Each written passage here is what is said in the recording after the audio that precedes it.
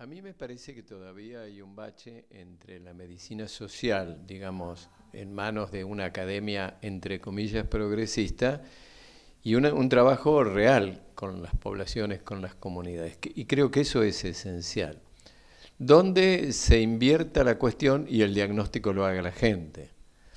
Porque eso me parece importante de destacar. Creo que hay un riesgo cuando se realizan diagnósticos que realmente por la situación que vivimos, no me refiero a este país, sino que vive el mundo, ¿no? Al contrario, acá hay algunas posibilidades de algunas cosas importantes, pero el diagnóstico apocalíptico mata, disminuye, deprime. Es como cuando la propaganda para que se vacunaran contra la poliomielitis eran chicos hechos pelotas, pobrecitos, ¿no?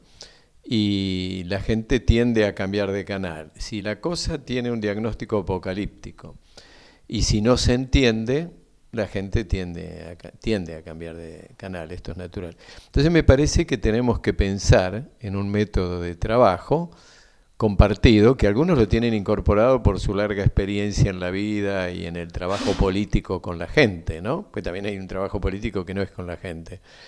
Pero hay algunos lo tienen incorporado y que son los que tendrían que estar dando o trabajando en común con las entidades que están en contacto, como son los médicos generalistas, para que sea una especie de diálogo de dos, donde uno tiene el conocimiento importantísimo que ha dado la historia de la humanidad, el conocimiento acumulado de las universidades, pero donde el otro, que es el que viene aparentemente sin saber qué le pasa y se siente angustiado, también tiene mucho para dar. Y se debe incorporar, más allá del momento del padecimiento, en lo que nosotros le llamamos epidemiología comunitaria, ¿no? Esto no sé si contesta, pero es lo que quiero decir con respecto a cómo veo. Lo veo esperanzador, hay movimiento, pero esto sí, no lo veo todavía enraizado en la gente, ¿no? Y en algunas personas hay voluntad, que es el primer paso para cambiar esta situación, y en otros les gusta el rol de los que disertan sobre esto, ¿no?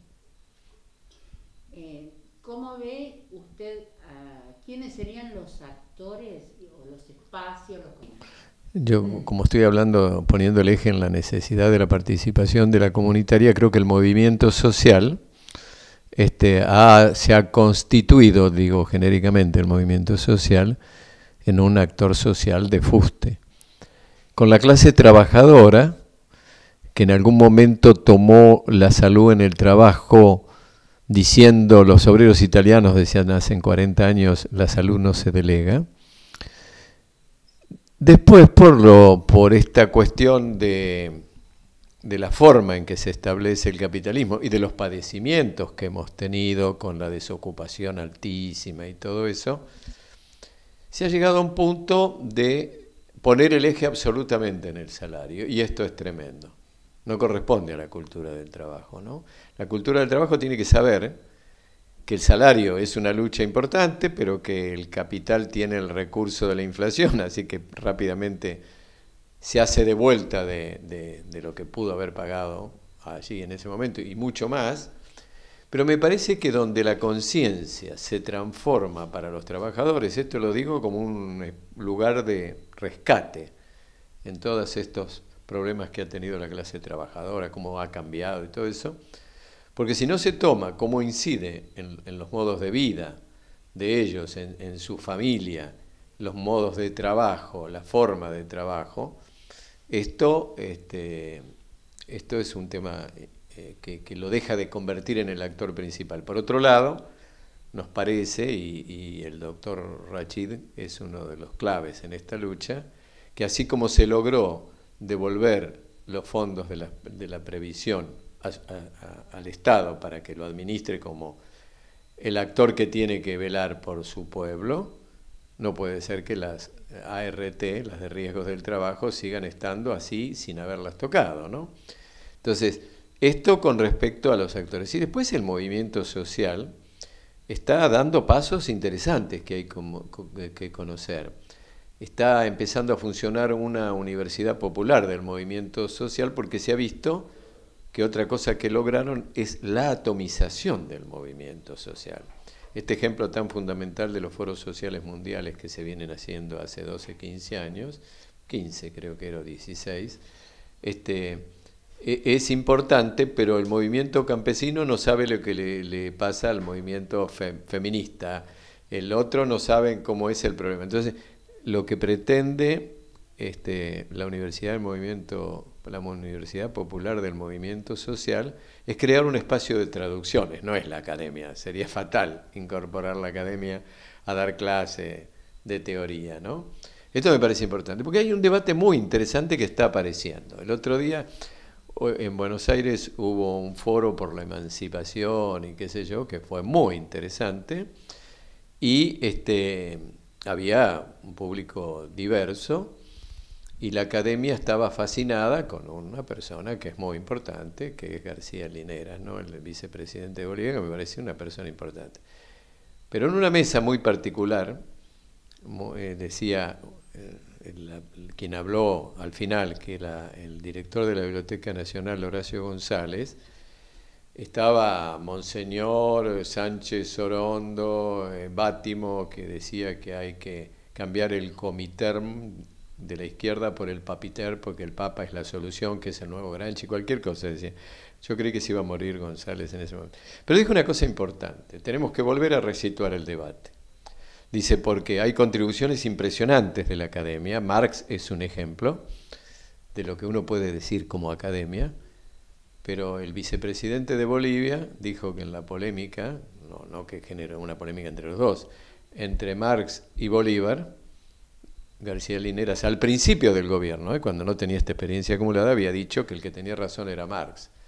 Y él decía, yo supongo que hoy día se dio cuenta que la razón la tenía Bolívar, porque las realidades no son llevadas a un libro y se pueden explicar cosas, pero no es aplicable a la tremenda diversidad del mundo y a la necesidad de que el mundo conozca que lo que les está pasando a los pueblos que están sufriendo como están sufriendo en este momento es un problema que le pasa a uno mismo, ¿no?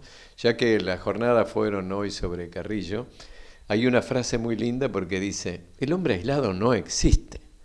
Primero, el hombre no piensa con el cerebro, piensa con el cerebro y el cuerpo a la vez, pero sobre todo con el cerebro y el cuerpo de los demás.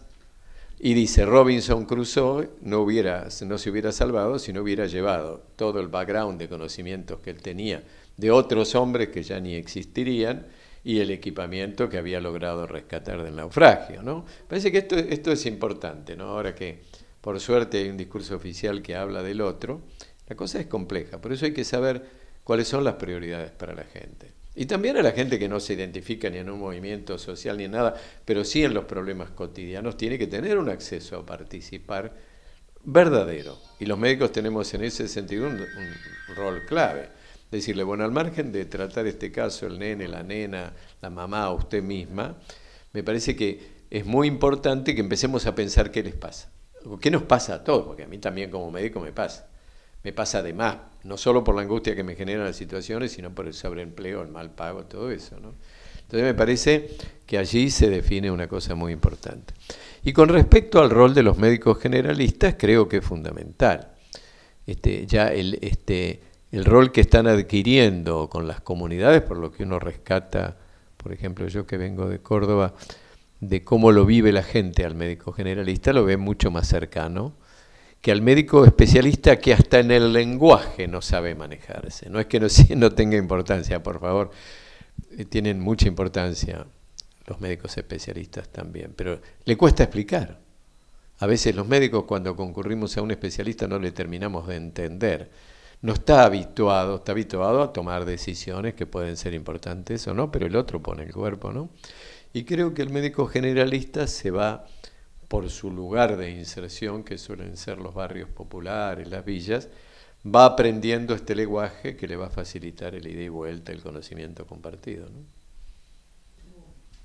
Bueno, tiene la gran ventaja que está poniendo en la medicina social sangre joven y que tiene experiencia, ¿no? Porque antes era más bien de teóricos esta cuestión de la medicina social y por eso no funcionaba. Incluso la Sociedad de Pediatría Social, que son compañeros muy macanudos, le cuesta mucho insertarse. creo que tienen que ir incorporando la epidemiología. La investigación epidemiológica con la comunidad de las realidades están en las mejores condiciones del mundo. Creo que superaron aquella primera etapa de grandes discusiones teóricas, a ver quién era, algunos quién era más de izquierda, otros quién eran, qué sé yo, y ahora me parece que empieza, no ha terminado, lo noto, todavía sigue una polémica en alguna gente que quiere hacer prevalecer como una cuestión, no poder hacer sino poder sobre los otros. Esto sigue pasando en todos los espacios que uno conoce, ¿no? Por eso se dice que cuando hay dos personas hay una interna, ¿no? Quiero decir, esto no le pasa a los médicos generalistas. Uno lo habla y lo dice porque tienen este avance que han tenido. Recuerdo las primeras reuniones, algunas de las cuales fueron en Córdoba, que había una disputa de poder mucho más marcada que ahora, y ahora están preocupados por comprender, por entender, por insertarse. Y también, y esto ya lo digo porque se está abriendo un espacio de lo que sería el Estado ampliado en el Ministerio de Salud de la Nación, donde con el doctor Rachid estamos trabajando como asesores, y se están planteando que se pueda generar un espacio transversal, no solamente entre la gente que trabaja en el ministerio, sino los que trabajan en instituciones que tienen que ver con la salud. Y que lo importante sea la camiseta de la salud pública. Porque paralelamente viene una fuerte polémica entre esto que se larga de la cobertura universal, que es instalar los seguros, seguro que hay negocio, como dice otro compañero, y el sistema universal de salud, que los nombres parecen lo mismo y engañan, pero que son cosas muy distintas, ¿no? ¿Alguna reflexión que nos quiera dejar? No, uno siempre viene aquí con mucha expectativa, porque es un lugar de terreno fértil para estas cuestiones, ¿no? Hoy reflexionábamos con un expresidente de que hace unos años atrás, en la mesa de atención primaria de la salud que había organizado la FAM, se había colado un empresario de la atención médica primaria y que nadie se había dado cuenta ni se dieron cuenta después que habló, ¿no? Entonces ahora eso no pasaría. Digo, una reflexión de las cosas que uno ve como logros, ¿no? Porque el trabajo en sí mismo es muy arduo de los que están en terreno, que por suerte el 99% están en terreno. Y ponerse a reflexionar, uno de cuando termina con la tarea tiene ganas de decir quiero olvidarme un poquito, pero es parte, y la más sana forma de reflexionar es reflexionar con la gente, y investigando lo que pasa, mirando lo que pasa, ¿no? Esto es la reflexión. Yo lo veo bien. Marqué puntos deliberadamente porque sacando esas trabas, ¡pua!, se va a avanzar mucho más rápido, ¿no? Bueno, muchas